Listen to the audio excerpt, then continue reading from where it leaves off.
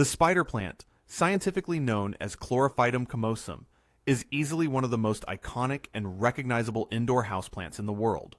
With its arching, ribbons of green and white foliage, fast growth rate, and amazing ability to produce endless mini plantlets hanging from long floral runners, it has earned a permanent spot on windowsills and hanging baskets for generations. Beginner gardeners are frequently told that spider plants are practically indestructible, making them one of the top recommended species for anyone looking to start their indoor plant journey. However, despite their tough, adaptable reputation, thousands of plant owners struggle with the exact same recurring problems. You buy a vibrant, healthy spider plant, bring it home, and within a few short months, the leaves lose their bright color. The base of the plant stops producing new growth, and worst of all, the leaf edges develop ugly, crisp, brown tips that seem to creep further down the foliage every single week.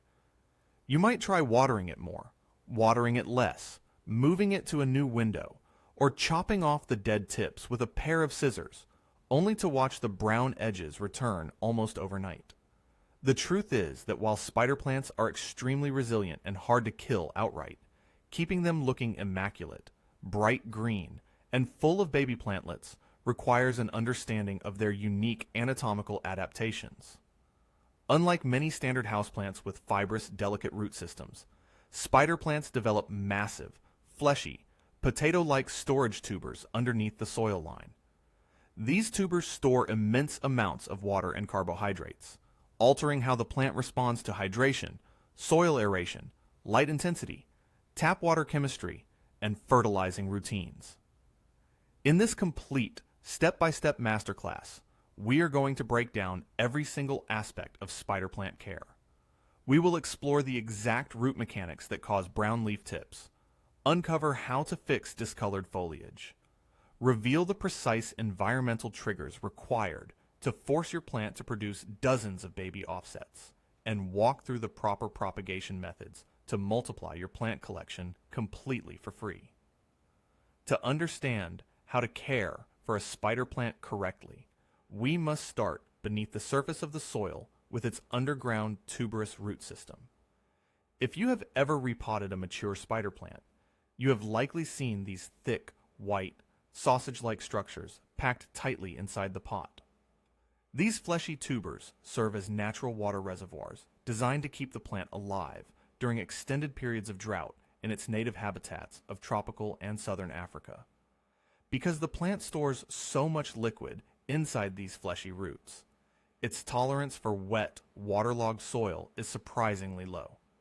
When you water a spider plant too frequently, those thick tubers absorb water until they are completely engorged. If the surrounding soil remains continuously wet and dense, oxygen cannot circulate around the root ball. Starved of oxygen, the tissue inside those water-filled storage tubers begins to break down, rotting from the center outward. The very first sign of root rot in a spider plant is not wilting. It is a distinct dulling of the leaf color. The bright, contrasting white and green stripes will begin to look washed out, pale, or slightly translucent. Shortly after, the lower leaves near the center of the crown turn soft, mushy, and dark brown. To prevent root rot and maintain maximum leaf vibrancy, you must allow the potting medium to dry out significantly between waterings. The absolute best rule of thumb for a spider plant is to let the top 50 to 75% of the soil dry out completely before giving it a thorough soak. You can easily test this by inserting your finger deep into the pot or assessing the weight of the container. A fully hydrated spider plant in moist soil feels heavy, whereas a plant whose soil has dried out feels remarkably light. When you do water, pour water evenly over the soil surface until it runs freely out of the bottom drainage holes, and always empty the saucer underneath so the pot never sits in standing water. Now let's tackle the single biggest issue spider plant owners face: crisp, brown leaf tips. Almost every spider plant parent has dealt with this frustrating problem at some point. You might assume that brown tips are simply caused by underwatering, but in reality, spider plants are sensitive indicators of water quality and chemical buildup. Tap water in most cities, and towns is treated with chlorine, chloramines, fluoride, and various hard minerals like calcium and magnesium. While these additives make water safe for human consumption, spider plants are uniquely incapable of processing fluoride and excessive mineral salts. When you water your plant with standard tap water, the roots absorb these dissolved minerals along with the liquid. The plant transports the water through its internal vascular channels up into the leaves. Because water constantly evaporates out of the microscopic pores located at the extreme ends of the leaves, the dissolved fluoride and mineral salts are left behind, accumulating in concentrated amounts at the leaf tips. Over time, these mineral salts reach toxic levels, literally burning the leaf tissue from the inside out and turning the tips dry, dark brown, or black. If your spider plant has brown tips surrounded by a thin, distinct yellow margin, tap water mineral burn is almost guaranteed to be the primary cause. Switching to distilled water, purified reverse osmosis water, or collected rainwater, will stop this mineral accumulation completely.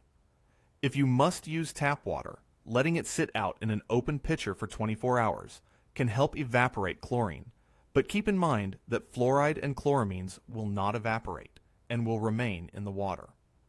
Another common cause of brown leaf tips is low ambient humidity, coupled with dry indoor air currents. During the winter months, indoor heating systems drastically reduce humidity levels inside the home.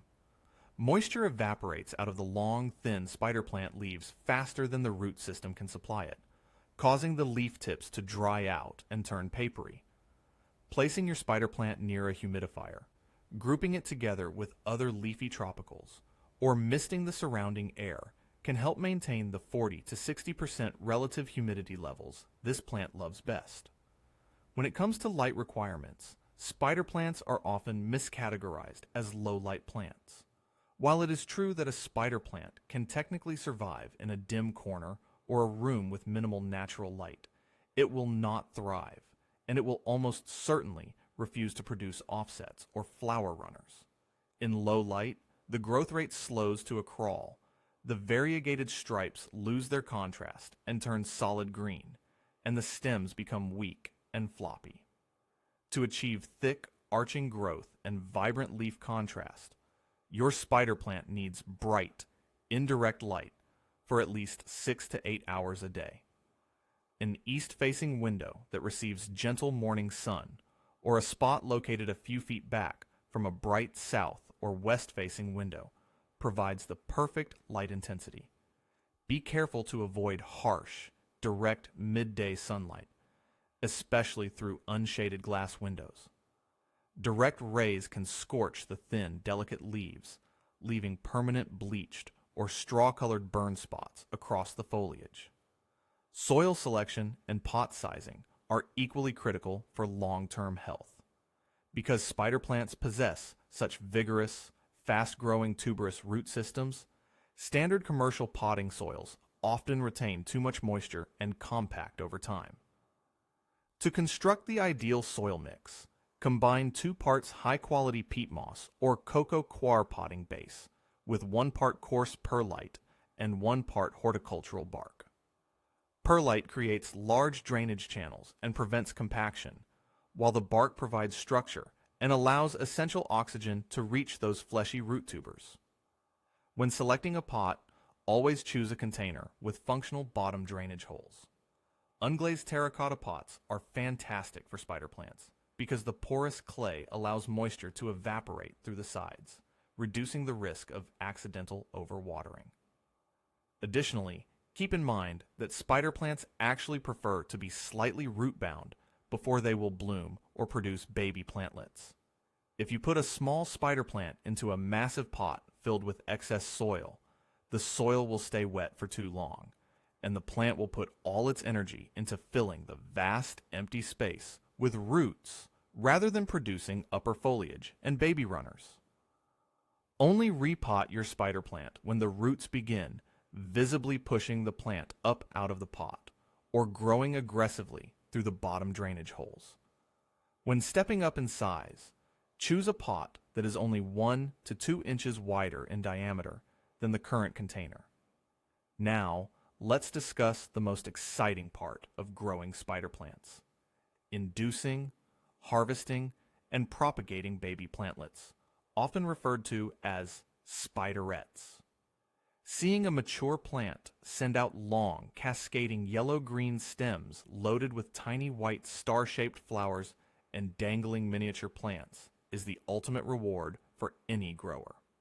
However, if your plant is healthy but refuses to produce any babies, it is likely missing 2 specific physiological triggers: lighting duration and root pressure.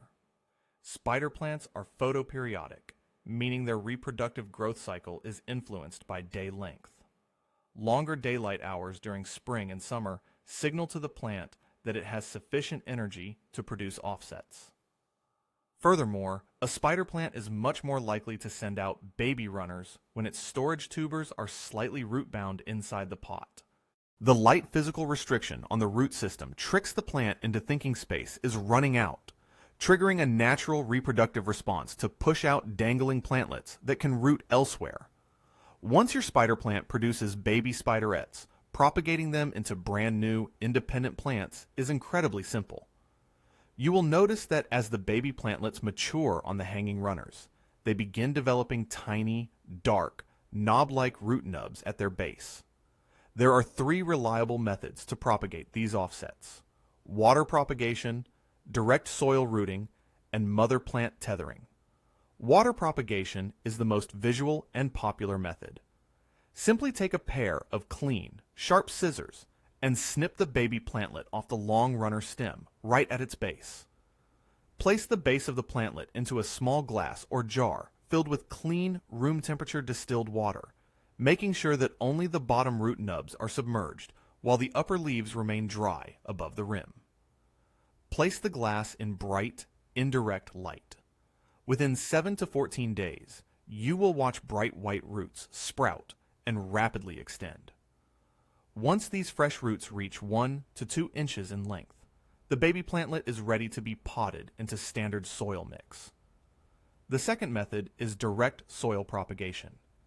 Instead of placing the snipped plantlet in water, fill a small 2 or 3 inch pot with a pre-moistened, well-draining soil mix.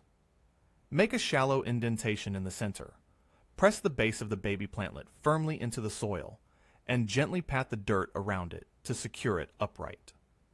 Keep the soil consistently moist, but not soggy, for the first 2 weeks to encourage root exploration. You can place a clear plastic cup or plastic bag over the pot to create a temporary mini greenhouse, trapping humidity and preventing the rootless plantlet from drying out. The third and most foolproof method is tethered propagation. In this technique, you leave the baby plantlet attached to the long stem connected to the mother plant.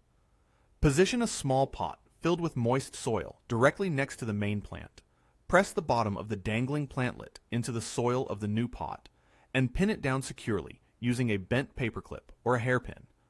Because the baby remains physically connected to the mother plant, it continues to receive water, nutrients, and energy through the runner stem while simultaneously developing its own independent root system in the new pot. After 3 to 4 weeks, give the plantlet a gentle tug. If you feel resistance, it has successfully established its own roots. You can then clip the connecting runner stem away, leaving you with a fully established, self-sufficient new spider plant. By providing clean, mineral-free water, offering plenty of bright indirect light, allowing the soil to dry between thorough waterings, and using properly draining potting mix, you can easily eliminate brown tips, maintain lush growth, and continuously multiply your spider plant collection for years to come.